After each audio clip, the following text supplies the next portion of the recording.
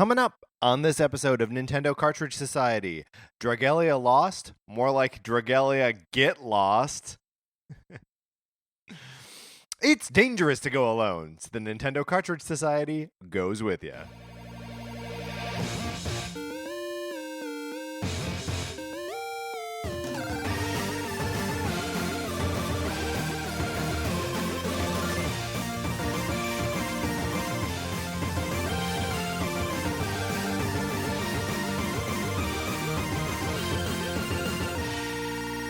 Welcome to Nintendo Cartridge Society. My name is Patrick Ehlers. I am joined, as always, by my co-host, Mark Mitchell. We've got a good show for you today. We're going to be talking about the news from the week, including the details on Dragalia Lost, Nintendo's mobile RPG thing. And then on Thursday, come back because we are talking about Link's Awakening and A Link Between Worlds, which, Mark, I came to the conclusion these games are both sequels to A Link to the Past. Which is happy circumstance. Happy circumstance. But also, I mean, not, I guess, Link to the Past related necessarily. This tees us up perfectly. Yes. For our September 13th episode. Which, by the way, September 13th is basically now. It's so soon. What's happening on September 13th? We're going to be talking about the best Zelda NPC of all time. Nay, determining the best Zelda NPC of all time. So that could be characters from the two games that we're talking about next week. Maybe we need a little refresher on them, which is why we're talking about. And when I say next week, I mean on Thursday. It's 2 days from now. It's hardly next week. But come back for all of these episodes. But if you have opinions on who should and should not appear in our best Zelda NPC of all time conversation, you need to email those to us, Nintendo Cartridge Society at gmail.com. Otherwise, we're going to forget about Impa. Right? I forgot about I Am Error. You forgot about Error? Error. I think his name is just Error. I think the first part is him just introducing We don't himself. know that? What do you mean we don't know that? His name very well could be I Am Error. So he's like a Pokemon in that he only says his name? Could be. There's this dude in the woods in Zelda 2 who, when you talk to him, says, I am Error. He's in a house. Well, but the house is in the woods, right? I might be thinking of a different guy. There are some weird characters in Zelda. You got to help us find the best one. Also, if you're just throwing around that email address, Nintendo Cartridge Society at gmail.com, you can use it to try to borrow my copy of Sonic Forces on the Nintendo Switch. All you got to do is send me your address, and then you go on a list, and the next time it comes back to me, I send it out to you. It's a successful program, and you can be part of something successful. Borrow my copy of Sonic Forces. Also, this is not using the email address, but people have been friending us on the Switch, which is super fun. It's good to see other people getting back to Octopath Traveler, which Mark and I have been bad about doing. Neglected. We are neglecting it. So if you want to friend us, our friend codes are in the description of this episode. If you want to follow us on Twitter, I'm at Patrick_Ehlers. Mark is at MKE Mitchell, and the show is at Nin Cart Society. Mark, should we get into what we've been playing this week? We should. Let's do it then.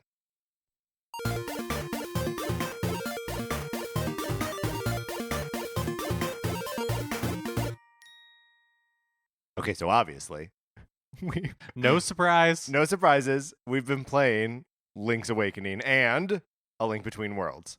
I finished A Link Between Worlds just today, but I will save all of my thoughts on it until Thursday. Yeah, I will say nothing at all about Link's Awakening until Thursday, when right. I will say plenty. Maybe too much. Possibly, and that is exclusively what you'll be talking about. I also played a little... Well, just to get into this, I was out of town this last weekend, and I brought with me both my Nintendo Switch and my new Nintendo 3DS, non-XL, regular size. And I thought, I'll have so many games to play. I can, I've got these two machines. I love them both. I'll play plenty of games. Turns out I only wanted to play the 3DS. It is so much easier just to pull that thing out and play. I don't have a case for it. I just literally flip it open and I'm playing the game. which I suppose isn't actually any different than just opening up my Switch case, but it feels different for whatever reason. I still feel like I have to be precious with the Switch. For sure. Whereas this thing, like, it can go in the little pocket in my backpack. Sometimes it can go like in my pocket, like you're my not worried pocket. about keys scratching the screen. You're like tossing this thing on beds and floors and wherever you need to toss it. Even when I have a good time with it, I'm like, I'm just gonna throw it. Like so much garbage. Yeah, like so much garbage. So most of the gaming that I did this week, I did on 3DS. So I played more WarioWare. Like really digging into that game and trying to accomplish some of those missions where you're getting through the third level of all of these story modes or whatever they are, which, is a way that the game is actually like tough and like really genuinely challenging. And I'm unlocking all of these things that I don't know what they are, or like, and anytime you go to the like little capsule machine and like start unlocking stuff, I realized I'm collecting pieces of like a love machine of some kind, and it's like, come check back in when you've collected 10 pieces of this thing, and I've collected like 6 or 7 now, and now I just want to know what it is. I'm not gonna look it up, and I don't want no one write in to tell me what this thing is. This is not Glass. This is not Glass. We don't need spoilers. This is not what's the name? Split. We don't need spoilers for any of that. But there's all of that, and then I'm collecting these character cards, and the character cards have like stats on them, and like, is there a card game in this game that I have yet to encounter after playing it for like 20 hours? It's a game that keeps on giving, as far as I'm concerned. It's a little weird to play it on the plane, because I'm like jerking around in my seat. So I got a few weird looks, mostly from Sarah. But yeah, but between that and A Link Between Worlds and dipping a little bit back into Smash Brothers on the 3DS, Were you like popping game cards left and right, or? Here's the thing: the only game cart that I have is the one that I borrowed from you, which is the Link Between Worlds. Oh, right. Otherwise, I'm 100% digital. How very metropolitan. Yes, it is. Mark, I've been waiting for you to notice and say something. All right, well, that's what we've been playing this week. Let's get into the new releases and what we might be playing next week.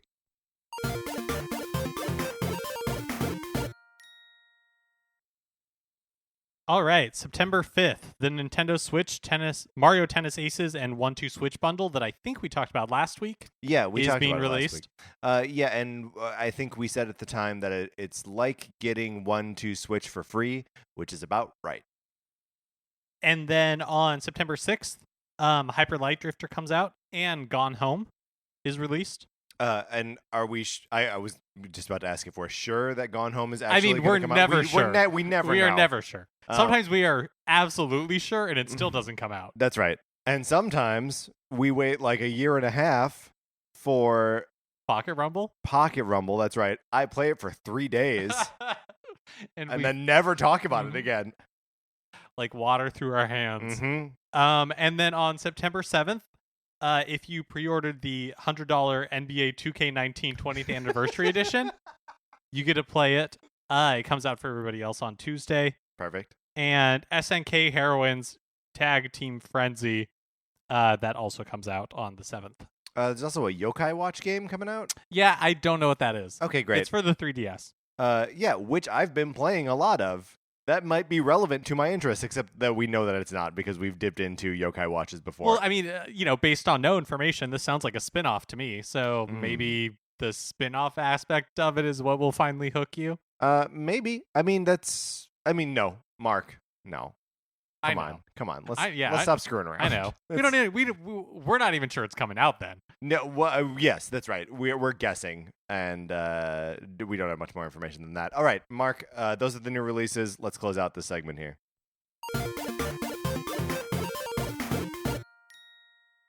Now it's time for a regular segment on our show. It's time for 433.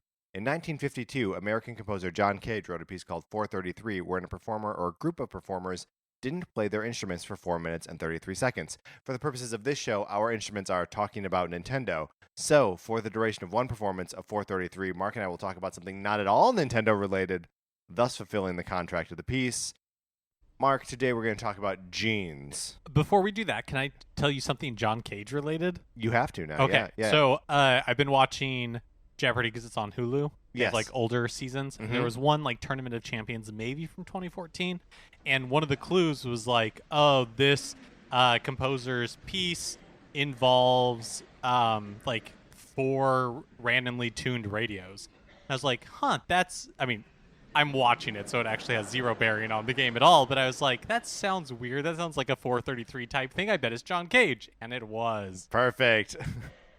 See, look, you can learn something about the world of, avant-garde classical music in the 1950s just by listening to this show. Jeans, Mark. We got to talk about jeans. What's your go-to cut?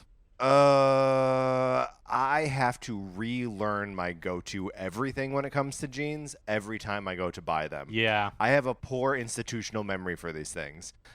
So, like, I will go and I'm like, boot? Slim? Is there something that's like slim? What's a word that's like slim but isn't slim? Tapered? No.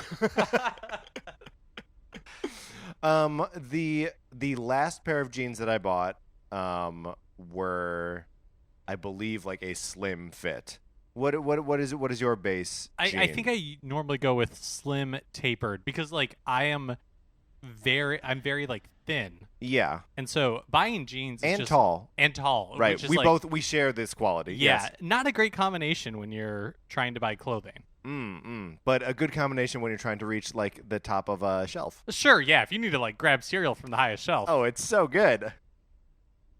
Okay, so I also always forget and like have different values of like what I think my like measurement should be. Sometimes I'm like, no, it's got to be a 33 waist, and sometimes I'm like, no, 34 this time, and sometimes it's like, no, it's 32. Do you have like a go-to store? We don't have to say what it is because they're not paying us for it. No, they are not. But do you have like a go-to store that you're like, I know I can get jeans that I'd like if I go here?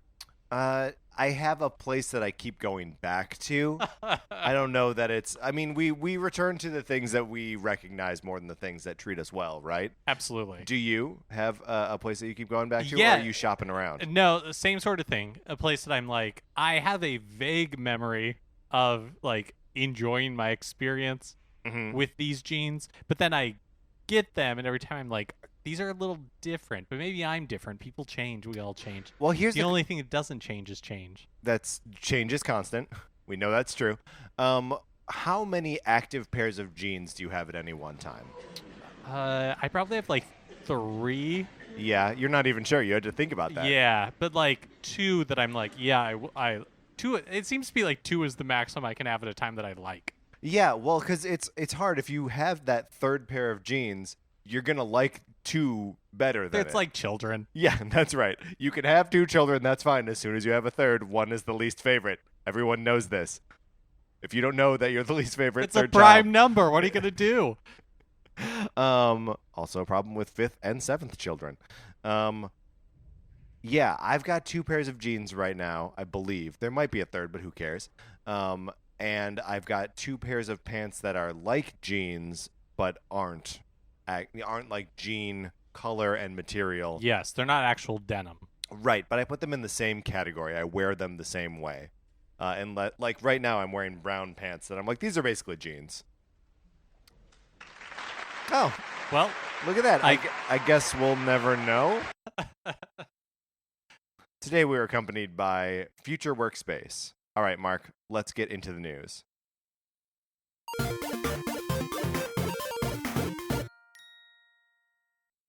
okay, last week, I think like the day after the Nindy Summer Showcase, Yes. they were like, hey, we're also going to do a mobile direct for Dragalia Lost.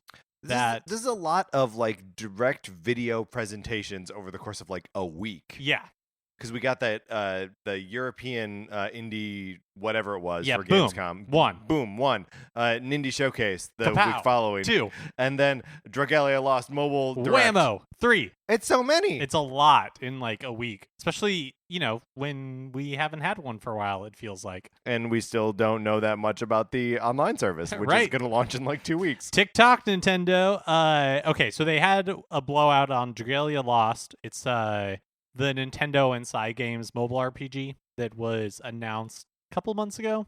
Now, this is a new IP, right? Nintendo putting their full weight behind some new RPG for mobile platforms. That's right. So we learned that it comes out September 27th. September 27th. Do you think that'll be the same day as the online service for Switch? Oh, that's a good question. I'm going to say no. Okay, great. I'm going to say yes. Okay.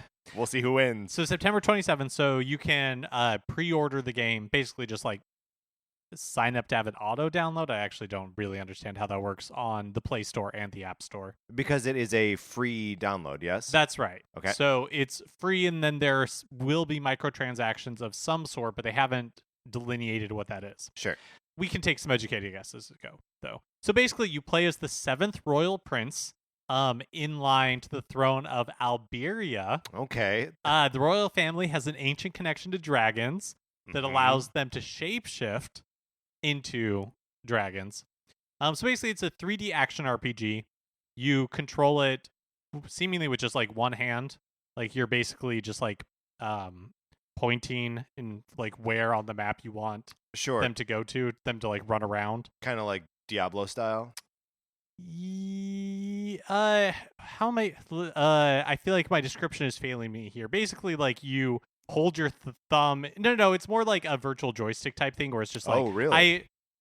I really do a poor job explaining this. Basically, you, like if you want to move forward, you just like drag up, drag to the left, like that sort of thing. Okay. So they're going to be drawn to points of interest. Kind of. I don't know. I mean, like, just I guess. Well, Mark, you did design this game, right? And are responsible for pitching it to me. No. So you're like free to roam around. So basically, it's just like imagine that you're like dragging. I'm going to show Patrick, okay? And then maybe he can describe. So basically, like if I wanted to move forward, I would just go like this, right? Or if I wanted to go left, I would just go like that. So you just are kind of swiping in the direction that you want the characters to go? Yeah, like swipe and hold. Sure. If you want them to keep running. All right. Okay. You control a party of 4 characters, and then you like tap to attack. And as you are attacking, you can like build up, I don't know what you would call it, magic, and then you can unleash it in like a big attack. Okay. It has a Fire Emblem Hero like party systems. You can recruit up to 60 different unique party members. 60? Yeah. Well, 60. Yeah, 60. Because I mean, the party max is 4, but you know that this is where they have like the gacha mechanics. Right. Because it's like it's a random all those rare you want characters. them all, and like you can get a character, and this one's 3 stars, that one's 4 stars plus, like all that kind of stuff. Ooh. And then there's also collectible dragons. Monster summoning. What good is a dragon if you can't collect it? A leveling mechanic for stats and weapons, base building mechanics, and so basically there's just like tons and tons and tons of opportunities for gacha mechanics. Either gacha or just straight buying these things, right? Like totally. I want to buy those dragons. I want to buy those monsters. I want to upgrade my weapons. I want to build better bases. I need more like mana or whatever. Oh boy.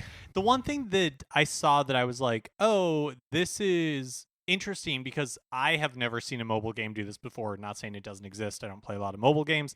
It looks like they are some sort of like multiplayer, like I don't know, like a raid or something, like where it's like it looks like a large amount of people. Sure. Well, like the Pokemon Go did that, right?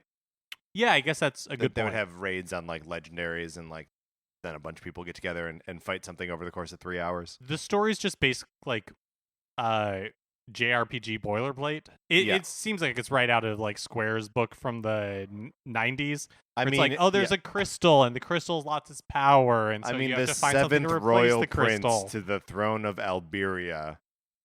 I don't. Why? It all looks like fine. Yeah. It looks cute.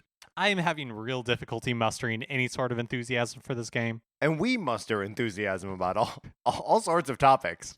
But this one does feel hard. Why does this feel hard? So, one of the reasons for me is just like, I haven't really loved, I guess outside of my like initial experience with Super Mario Run, any of Nintendo's mobile games / any mobile game ever. Right. It's just not like an economy that you like interacting with. Yeah, and it's also just not like, it's not how I use my phone. I just don't use my phone for games. That's right. I use my phone for mindlessly scrolling through Twitter and wasting time on the toilet. And that's it. And I guess text messages as well. But yeah, it does.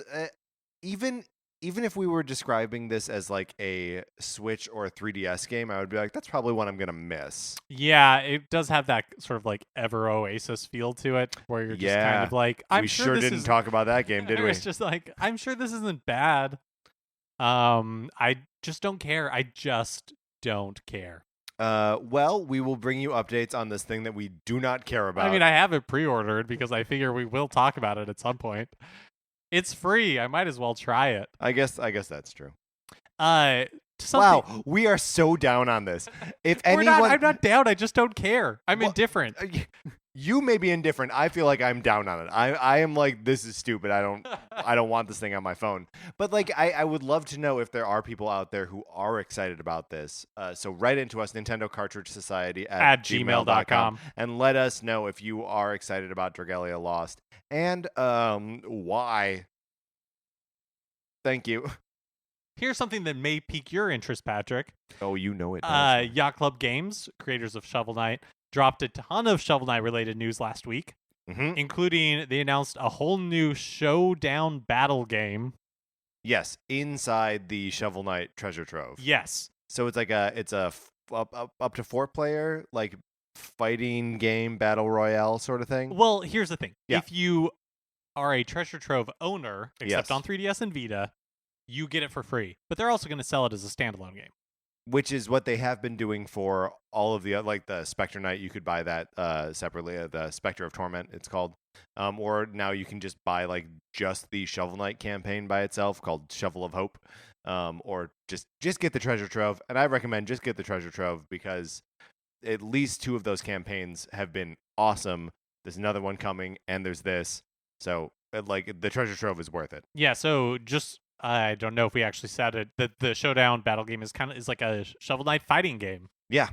I mean, but without like it being like a fighting game. Like it still looks like it's using the normal like physics and control of Shovel Knight and just putting the characters in like an arena to, beat each other up and like steal gems from each other or something. And it seems like there are a lot of the knights, like the boss characters are playable. They showed the I can't remember their names, but it's either like Snow Knight or like Ice Knight or something. He's like a big Viking guy with a snow shovel. So like he is a character that is physically like 4 times the size of any of the rest of them. But like you can play as him, and you can play as like sort of normally recurring enemies in stages. So it seems like it's a cool roster, especially for people who are interested in the Shovel Knight games. It's also a bit of a ways away. They announced that it's going to launch on April 9th, 2019, along with King of Cards. Yeah, and King of Cards is the sort of long-awaited 4th campaign for this thing. I'm a little disappointed that it's so far away. April 9th, that's 8 months away, I guess, 7 months away. It's a long time. And, I will wait for it because I have to, but I wish it was here now. Because the last one came out with the Switch. So it came out on May 3rd of last year. So March 3rd of last year. Yeah, so it'll be like 2 years yeah. between content, basically. They also announced that there will be a new Amiibo 3-pack. Okay, so hold on. This can't be new. Or, I mean, it will be new, but it is the same one that they announced a while ago, right? Oh, did they already announce these? Oh, okay. They already announced it, but it's one of those things that's been like, and they'll come out someday. I assume we now know that they are coming out on April 9th as well? Yes. Perfect. So it's Plague Knight, Spectre Knight, and King Knight. which are the three knights that have their own campaigns, and they had previously released a Shovel Knight amiibo. Rest assured, I have had the 3-pack of Shovel Knight amiibo pre-ordered for like a year already, and the Shovel Knight is somewhere in my home. I don't know where he is. They're also releasing a physical version of Shovel Knight Treasure Trove on Switch for $40. I think that is also coming next year. Perfect. So I have the Treasure Trove on both 3DS and Switch. So I will not get any of these updates on 3DS, is what you're saying. Yes, that is what I'm saying. Okay. Very good. This month, Nintendo is hosting a series of hour-long workshops across the country where kids ages 9 through 12 can get hands-on with Nintendo Labo. Mm-hmm.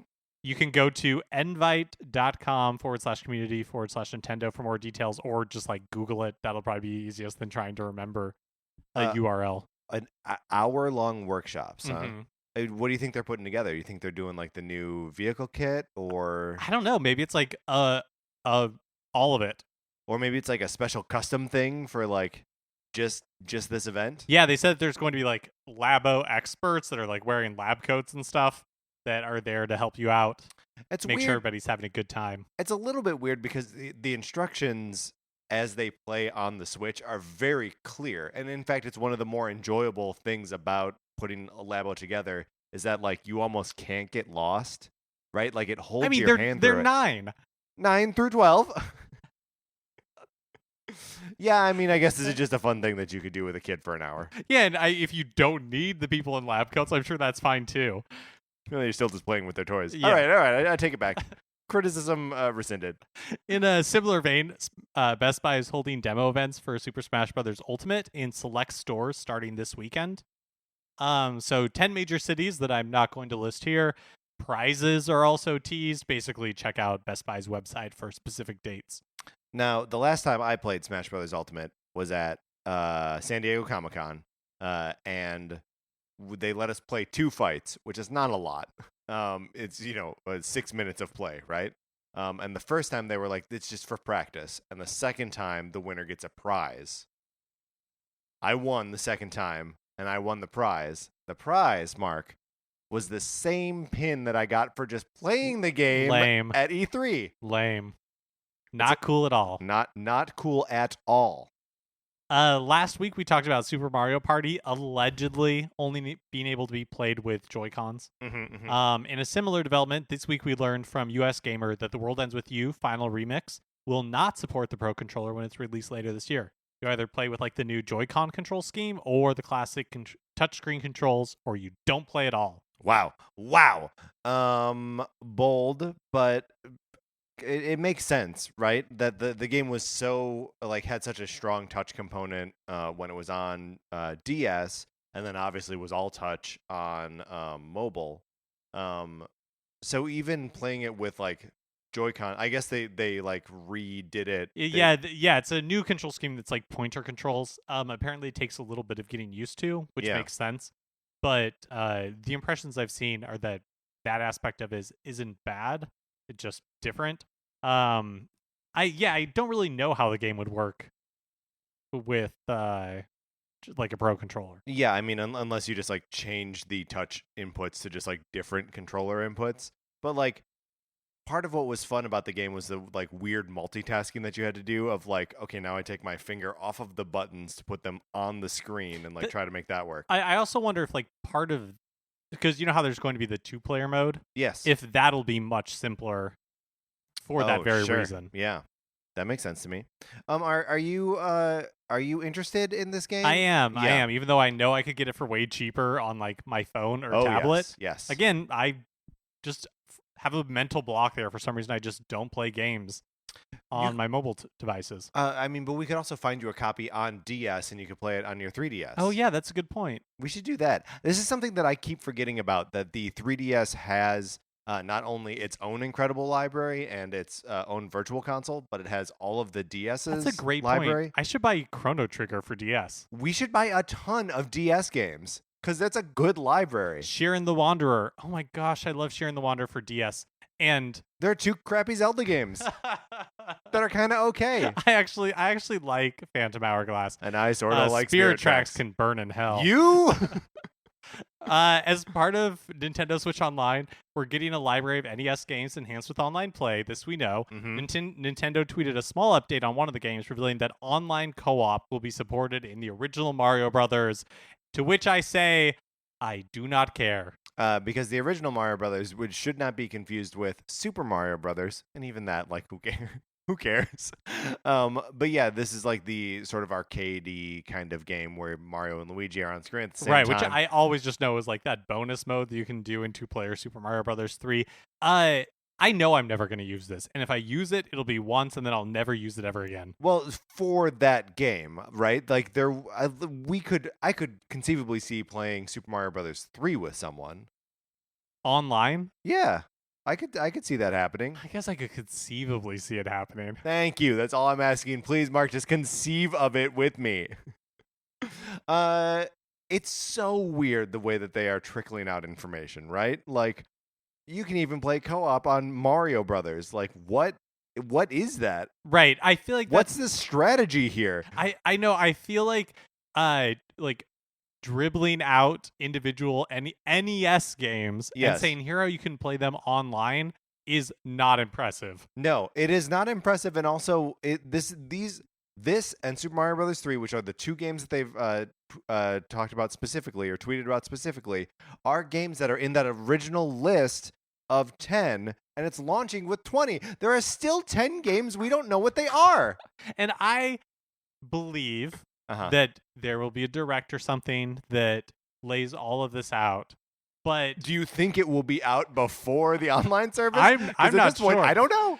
Well, it's early September yet. It is early September yet. But I think like the bigger thing for me is, again, this is like Dragalia Lost, where it's like, I'm not angry this exists. I think it's fine. I hope people enjoy it. Yes. But like, I like deeply do not care about this. This is not the reason I'm buying the online service. Right. I mean, I'm not impressed by this. Yeah. I want to see how it is packaged and like what it actually looks like to do. Are you going online with randos? Are you playing with a friend? Are you able to chat? Are you able to, like what other functionality is baked into this? Does it all have the same UI? All these games, like, is it the same way to connect with people? Are they employing any of the like NES remix functionality? Like, is there any? What do these games actually look like? And it's insane to me that we haven't seen any of it. We haven't seen any of it. Like, all we know that these 10 games are going to be there, and that there are 10 more games, and like you can play them online together somehow. I guess it's like 3 weeks from now, these questions will be answered, but because it'll be in our hands. I think we'll get a blowout before then. But I guess like my bigger thing is, I know it's just $20, just $20 a year. A year, yeah. And so that to me is like not much to ask for cloud saves. Yes. It's like whatever. I'm doing this anyways because I want to play Splatoon 2 online. Right. So all this is just like added stuff. So if it didn't exist, it's fine. That it does exist is nice. It's just hard for me to get excited about NES games. Sure, and it's hard for me to get excited about like the idea of like, now what if they put Star Tropics and Star Tropics 2 on there? For me, it's still not enough. I'm telling you, they get these like SNES games, and then I'm like, now we're talking. Yeah. Because I think I would play those more. What if Castlevania 3 was on this thing? You're gonna play it. I would play it. Yeah, there we go. I got him. According to the game's director, Ubisoft's Mario plus Rabbids Kingdom Battle has sold over 2 million copies. And Ubisoft also sent out an info chart celebrating the game's 1-year anniversary, which just passed, with insights into the most popular party members and other fun tidbits. So, I don't know if you've already read ahead. Oh, okay. No, or if you read the infographic. But who do you think are the most picked characters besides Mario? Because you're forced into that. Because they know nobody would unless you were forced into it. No, Mario. I mean, probably because you carry him around the whole time. He's leveled up the best. Though I do think Mario is an effective character in that game. Well, I'm gonna go with my gut, with my heart, and say that everyone has embraced Rabid Peach. Like You're I right. have. That is one All of right. the I think it's the second most played player or most character after Mario because everybody has to play. Because you have to play as Mario. Yeah. The number one selectable / non-selectable Yes. character. Also, you meet her pretty early in the game. Also true. And then I would guess. Actually, I'm going to just continue in that line and say, I think the next character you meet is the Rabid Luigi. So Yoshi, just regular vanilla Yoshi, Yeah. is the second most chosen. Really? So, he's I guess like so the most. He's a late game getter. You The- get him late. Yeah, the most common party is Mario, Rabid Peach, and Yoshi. Interesting. That's the most common party. Rabid Yoshi is the number one damage dealer so far. Has been the number one damage dealer so far. What does that mean? Is that just like collectively he's Yes. dealt the most damage? Yes. Interesting. Why would that not be consistent with the most common character? Because he deals more damage. That means he's like a big wrecking ball. Probably. But for some reason, none of us are playing as him. Well, enough people are. No, not enough people are because he doesn't appear in the top 3. Yeah, but he could be number 4. I didn't bother to look that far. That would be some pretty granular analysis from us on a game that we haven't talked about in 9 months. Not really. It's an infographic. They made it very clear. I'm saying for us to report on it. Oh, yes. Yeah. All right, Mark, let's get out of the news.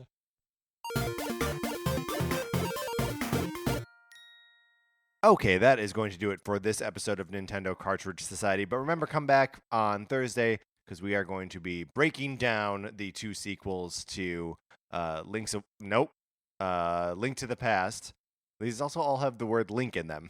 Link's Awakening and A Link Between Worlds.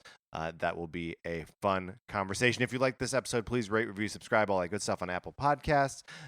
If you can share it on Facebook or Twitter or whatever you use for social networking, that helps us out a bunch. On Twitter, I'm at Patrick_Ellers. Mark is at MKE Mitchell, and the show is at Nin Cart Society. The Facebook page is just called Nintendo Cartridge Society because we're not trying to trick you like everyone else on Facebook. If you like Mark and Mine's opinions, we write about comic books on RetconPunch.com. Olivia Duncan made our logo. Our theme music is provided by 8-Bit Betty. If you want more of his music, you can go to 8bitbetty.com or you can listen right now. For my co-host, Mark Mitchell, this is Patrick Ellers, suggesting that Luigi's probably the least popular character, right? He's gotta be. And thanks for listening.